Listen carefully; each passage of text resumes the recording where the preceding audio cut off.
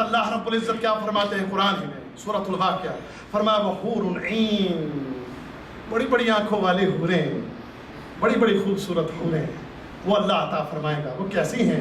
کأمثال اللؤلؤ المکنون جزاء بما كانوا يعملون، وہ ایسے ہیں گویا چھپے ہوئے موتی۔ چھپے ہوئے موتی اس لیے کہا گیا ہے، موتی جب سپی کے اندر بند ہوتا ہے تو اس کے اندر اس موتی کے اوپر نہ کوئی مٹی ہوتی ہے نہ کوئی گرد ہوتی ہے، صاف ستھرا چمکتا ہوتا ہے۔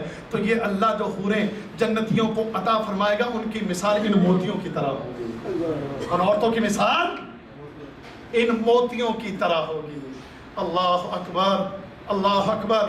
رسول اللہ صلی اللہ علیہ وسلم فرماتے ہیں یہ حور، اس کا حسن، اس کی خوبصورتی، اس کے چہرے کا نور اتنا زیادہ ہے۔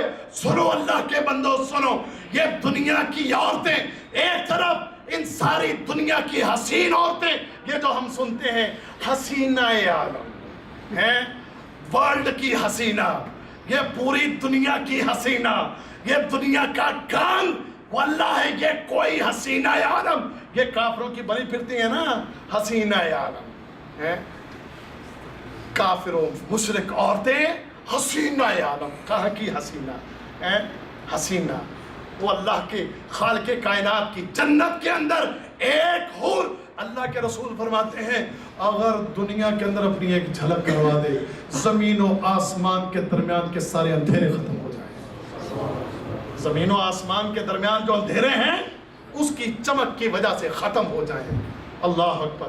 اور فرمایا اس کا جو دوپٹہ ہے نا، دوپٹہ، اس کا دوپٹہ، اگر تم دنیا جہان کی ساری جائیدادیں، دنیا جہان کے سونے، دنیا جہان کے چاندی، دنیا جہان کے ریال، ڈالر، یورو، یہ سارا کچھ دے دو اور دے کر اس جنت کا ایک، اس جنت کی اس خاتون، اس حور کا ایک پردہ، اس کی چادر اگر لینا چاہو تو اللہ کی قسم اس کی قیمت تمہاری جیب سے ادا نہیں ہو سکے۔